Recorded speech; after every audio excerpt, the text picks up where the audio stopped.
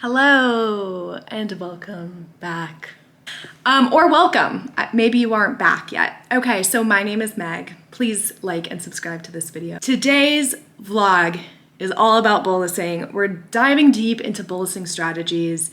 This is agnostic, is that the right word, of what pump or not pump you use. So if you're on shots, if you're on whatever, it doesn't matter. This video is for anyone that boluses. But it's not medical advice, so don't do what I say.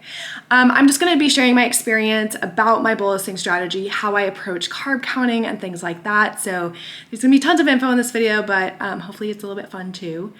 And I hope that you learn some stuff. And also, please know that while I'm gonna be kind of breaking down this video into the steps I take, when I bolus, it doesn't feel like a bunch of steps. It just kind of feels pretty intuitive, and I do it kind of naturally, and it's not something that I read in a book and I'm like, this is step 1 and this is step 2, except that's how I'm gonna talk in this video because that's the easiest way to explain it with people being able to follow what I'm actually saying. So my blood sugar right now is 133 and it is 11:30. I'm really excited to share all this stuff with you guys and I hope that you enjoy it.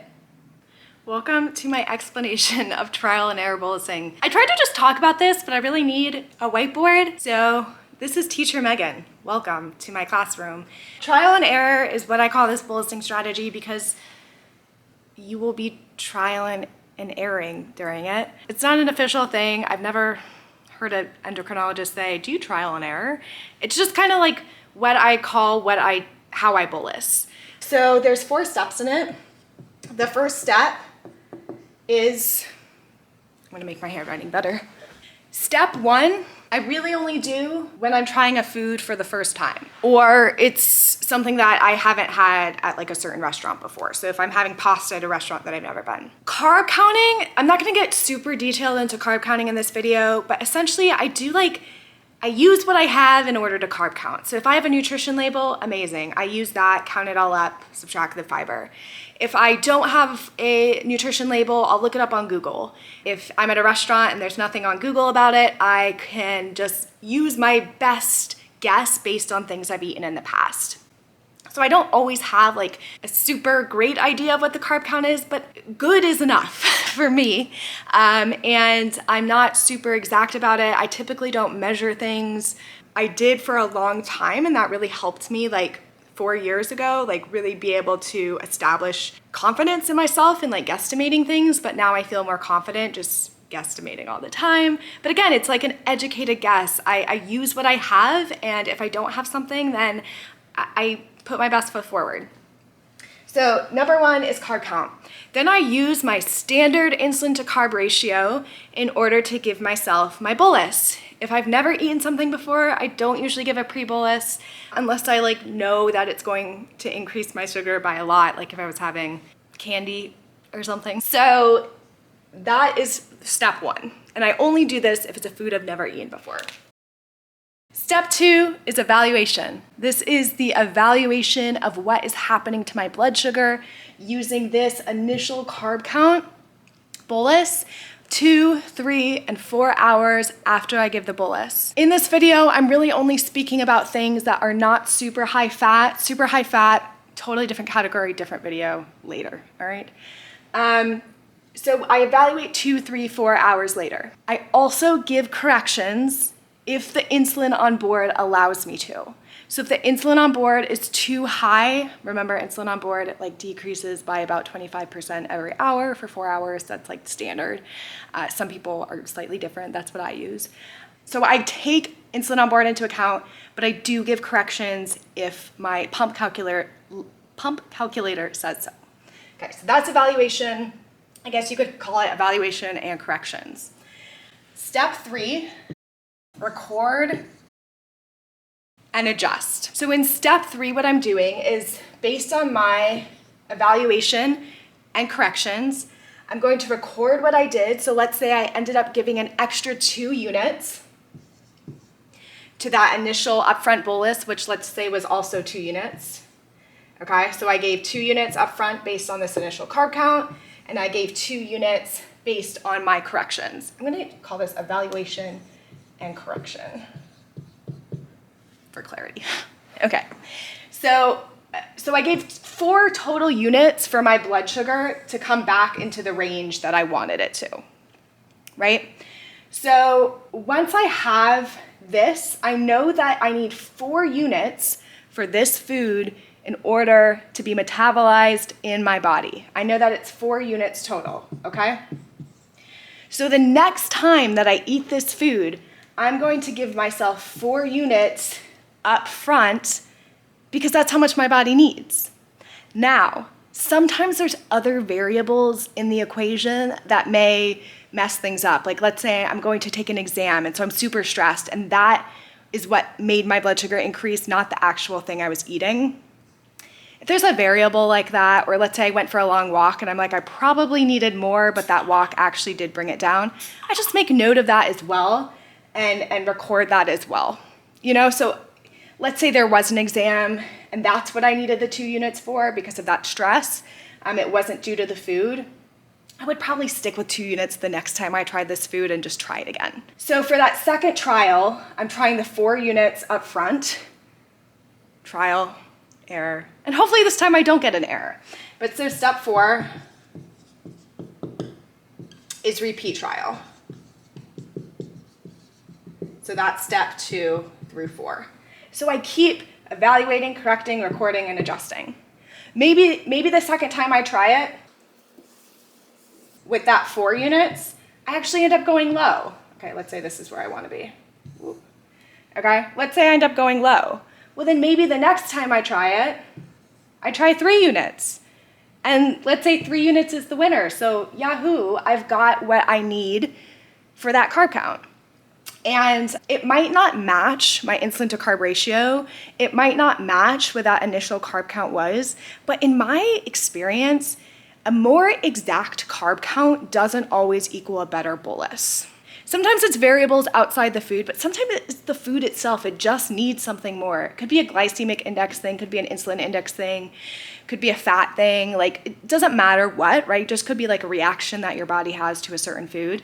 But this helps me be able to navigate that because not all foods are the same. Cereal, I end up giving like 3 times the amount of insulin as the carb count says. And there's not a ton of fat in cereal either. It's just like whatever it does, I need a lot more for it. And I don't question it. I'm not like, that carb count is wrong. I just do it. I just do more because I love cereal, especially Lucky Charms. Yeah, so this is kind of my strategy. This is my bolusing strategy. And again, I don't do it like these exact steps like every single time, but I do try to record like in the note section of my phone because if not, I will not remember. And I really only do this for like repeat the trials, like that says trail. Sorry. I really only do this for foods that I know that I'm going to eat again. So if I'm eating in a food and I'm like, this is disgusting, or it's at a restaurant that I'm probably not gonna go back to, I'm not gonna waste my time doing this. But if there's something that I eat every single day for breakfast, like oatmeal, or if I love eating popcorn as a snack, whatever, this is how I can kind of figure it out. The variable stuff, like I try to just look at kind of the biggest variables that could be impacting my blood sugars. For example, if I'm on my period, I know I typically have to take like 20 to 30% more. If I'm going for a walk afterward, typically I will reduce it by like 50%, depending on how long the walk that is that I'm going on. But this is basically what I do. And then I make those other adjustments as needed. Thanks for coming to my class. Okay. One more thing about the trial and error. If you don't know that your basals are, or background insulin, so if you're on shots like the long-lasting insulin, if you aren't sure that that is accurate, trial and error is going to be really tough. So basal testing first, and then trial and error second, because then you won't know. I mean, technically, like I guess trial and error would cover up inaccuracy of basals or background insulin, but I think it's personally better to have accurate basals before you do it. And also, no, that's it. That's all I have to say. Okay. Okay, today for lunch, I'm having this leftover pasta. Leftovers are actually such a great way to practice trial and error. The only thing you have to make sure of is that you're eating the same portion that you had the night before. And I love doing this not only because it creates like really fast meals that are also good, but it also allows you a second chance to get that bolus right, knowing your blood sugar might be a little bit different times of the day, different resistances, but typically like afternoon and evening are pretty similar for me in terms of boluses. It's just the morning that I have to give a little bit extra for. So I'm gonna cook this up. Okay, it's about 2 hours after my meal, but the way that I rushed over here, got a unicorn. So obviously I knew how to bolus for this pasta. Sorry, my hair is like wild. I knew how to bolus for this pasta because I've had it so many times before and I've trialed and errored it. I literally did this last night, and all future times that I eat it, I always give 40 carbs for it because I know about the portion size that I normally eat and I know how it works in my body.